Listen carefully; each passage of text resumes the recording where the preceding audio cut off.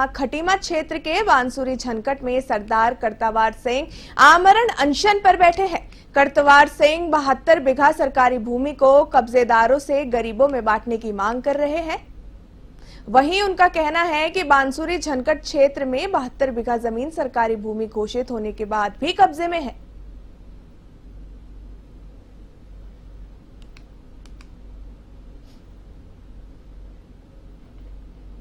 मुख्यमंत्री पुष्कर धामी जी का हृदय से आभार व्यक्त करता हूं कि उन्होंने इस देवभूमि के देवतुल्य स्वरूप को बनाए रखने के लिए अनेकों बार इस प्रकार कदम उठाए, चाहे लव जिहाद हो, चाहे लैंड जिहाद हो, और इस प्रकार का दूषित करने का जो माहौल खराब करने का जो काम कुछ सराय तत्वों द्वारा किया जा रहा है, उस पर कड़ी कार्रवाई का उन्होंने कल प्रावधान निकाला है। आखिर किसी धर्म के अंदर इस प्रकार से थूक का भोजन और दूसरे प्रकार की गंदगी का भोजन ये परोसने का किसी भी धर्म में कोई स्वीकृति नहीं है। लेकिन तो भी मैं शुरू से कह रहा हूं, तो भी कुछ षड्यंत्रकारी तत्व हैं जो यहाँ के मुस्लिम समुदाय को बदनाम करने का षड्यंत्र कर रहे हैं, उनके कारोबार को चौपट करने का षड्यंत्र कर रहे हैं। और मुख्यमंत्री ने जो कड़ाई के साथ इस प्रकार का जो भी काम होगा उस पर कड़ा कार्रवाई करने का जो आश्वासन दिया है, उससे देवभूमि की जनता उत्साहित है। इस प्रकार के लोगों को कठोर दंड मिलना ही चाहिए। मसूरी वन विभाग की ओर से विनोग हिल वन जीवन विहार में 3 दिवसीय 8वां उत्तराखंड बर्ड फेस्टिवल का आगाज हो गया है।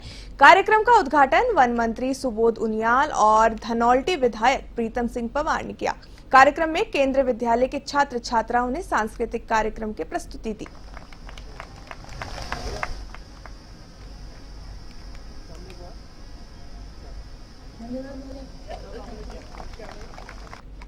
हमारे राज्य में बर्ड वॉचिंग में बहुत ज़्यादा संभावना है। पूरे देश में जहां हमारे 140 करोड़ का देश है, 13,000 के आसपास ये प्रजातियां हैं पक्षियों की, उसमें तो 729 प्रजातियां केवल उत्तराखंड है। बहुत बड़ा पोटेंशियल है, बहुत बड़ी संभावना है। और जिस तरह से आज बर्ड वॉचिंग के माध्यम से हम किस तरह नौजवानों की आजीविका से जोड़े और लोगों को बर्ड लवर बना सकते हैं, क्योंकि तमाम प्रजातियाँ लुप्त भी हो रही है और इनका क्या योगदान है हमारी बायोडायवर्सिटी को बनाने में। लोहाघाट में शुक्रवार देर शाम घर के अंदर जा रहे 3 वर्षीय बालक को गुलदार घर की सीढ़ियों से उठाकर ले गया। बच्चे के चिल्लाने की आवाज सुनकर परिजन और ग्रामीण गुलदार के पीछे भागे। 200 मीटर दूर जाकर गुलदार बच्चे को खेत में छोड़कर जंगल की ओर भाग गया, जिसके बाद आनन फानन में परिजन और ग्रामीण घायल बच्चे को लोहाघाट उप जिला चिकित्सालय लेकर पहुंचे। वहीं गुलदार के हमले से गाँव में दहशत फैली हुई है।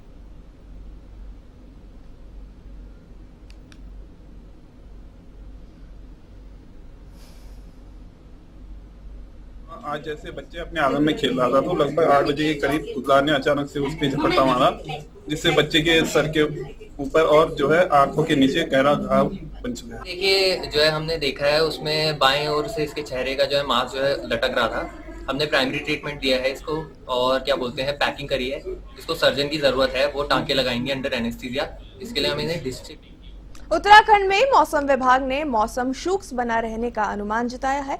अगले कुछ दिन पारे में और गिरावट होने और ठंड बढ़ने के आसार है।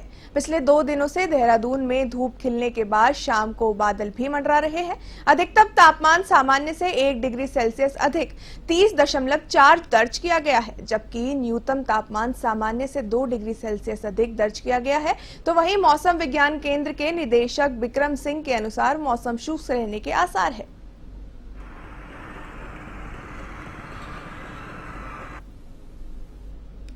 नहीं, देखिए मानसून सीजन है, ठीक, वो अपना एंड हो गया, उसके बाद तो बारिश कम हो ही जाती है। तो ये अच्छा है। इस समय जो किसान है अपनी जो फसलें हैं, तैयार फसलें, उसको काट रहे हैं।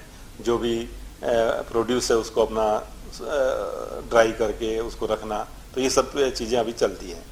हाँ, आगे जो नेक्स्ट आपकी जो फसल है वो बोनी है, तो उस समय तक के लिए हाँ कुछ रहन फिर चाहिए होती है कि जो गेहूँ का बुआई होनी है या और इस तरह की चीज़ें हैं।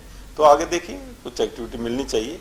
पर अभी जैसे दिख रहा है कि जो 1 वीक तक की अगर बात करें तो उसमें रेनफॉल की संभावना नहीं है। जैसे मैंने बोला वो सामान्य के आसपास ही हो रही है। पौड़ी जिले में बीते 2 सालों से त्रैमासिक बैठक न होने से नाराज जिला पंचायत सदस्यों का आज तीसरे दिन भी धरना प्रदर्शन जिला पंचायत में जारी रहा। आक्रोशित सदस्यों ने विरोध स्वरूप अपना मुंडन करवाया है। जिला पंचायत बोर्ड ही जब नकारा है, यहाँ पे जितने भी हमारे एएमई हैं, ये हमारे अध्यक्ष जी हैं, सबके सब भ्रष्ट लोगों के लिए ही भ्रष्ट लोगों की यहाँ पेमेंटें हो रही हैं। किसी भी जेन्युइन आदमी की यहाँ पेमेंटें नहीं हो रही हैं। अभी भी आप चेक कर लें, 6 करोड़ की पेमेंट किसकी हुई, 13 करोड़ की पेमेंट किसकी हुई। यहाँ पे जिला पंचायत के दलालों की पेमेंटें होती हैं। कई समय से अपनी मांगे उठाता हुआ आ रहा हूँ यहाँ पे, और जिला पंचायत के हर सदन में मैंने अपनी ये मांगे रखी है कि भ्रष्टाचार हो रहा है, जिस प्रकार की अनियमितताएं यहाँ जिला पंचायत के अंदर है, ये खत्म होनी चाहिए। इसको लेकर हम कई बार आंदोलन भी कर चुके हैं, धरना प्रदर्शन कर चुके हैं, और आज बड़ा सौभाग्य ये है कि आज 11-12 लोग जो सदस्य हैं जिला पंचायत से, वो मेरे साथ में हैं, और हम सब लोग शामिल होकर आज इस हल्द्वानी में नगर निगम अब भवन स्वामियों को ऑनलाइन टैक्स भरने की सुविधा देने जा रहा है। इसके लिए नगर निगम ने बैंक ऑफ बड़ौदा के साथ MOU किया है। इसमें एक ऑनलाइन पोर्टल तैयार किया जाएगा, जिसके जरिए आम लोग QR कोड के जरिए अपने घर बैठे अपने हाउस टैक्स जमा करा सकेंगे।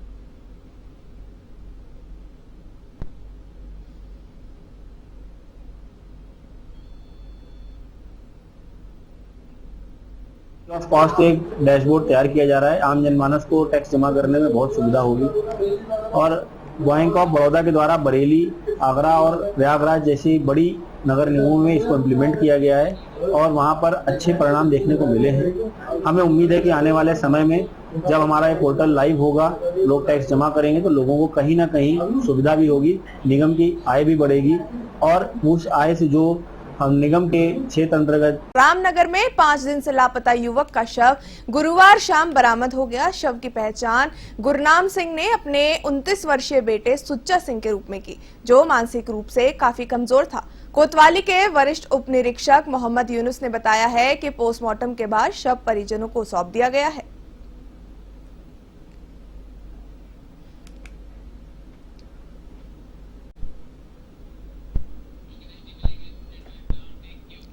उत्तराखंड में खाद्य पदार्थों में थूक और गंदगी मिलाने पर घटनाएं तेज सामने आ रही है।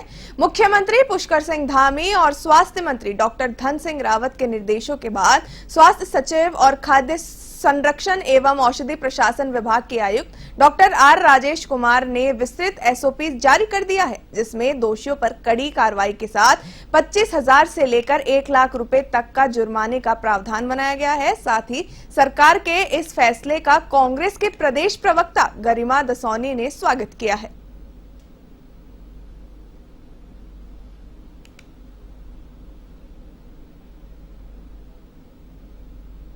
1 लाख क्यों 10 लाख करिए।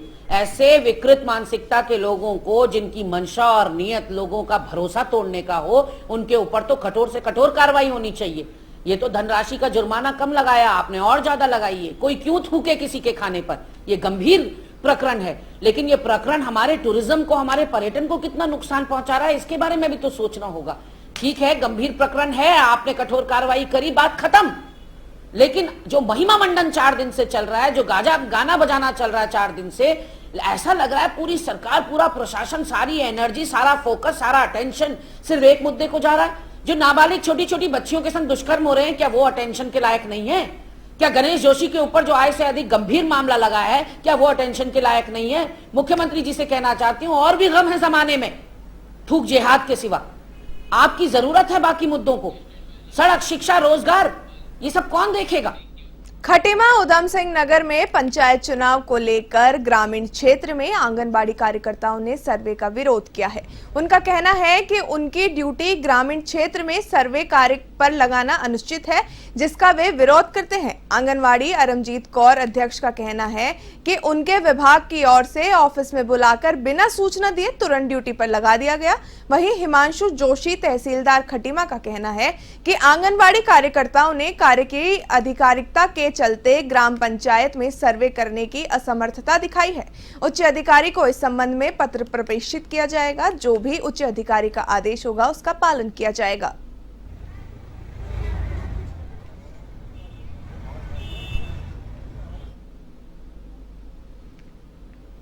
जमीन के पट्टे संबंधित ये मामला लेकर धरने में बैठे हैं। जो प्रारंभिक जांच की रिपोर्ट आई है उसमें ये पता चल रहा है कि मामला हाईकोर्ट में विचाराधीन है, तो सीधे हमारे से निर्णय तो नहीं लिया सकता है। फिर भी हम अध्ययन कर रहे हैं कि क्या हम उनकी क्या कोई मदद कर सकते हैं इस पर।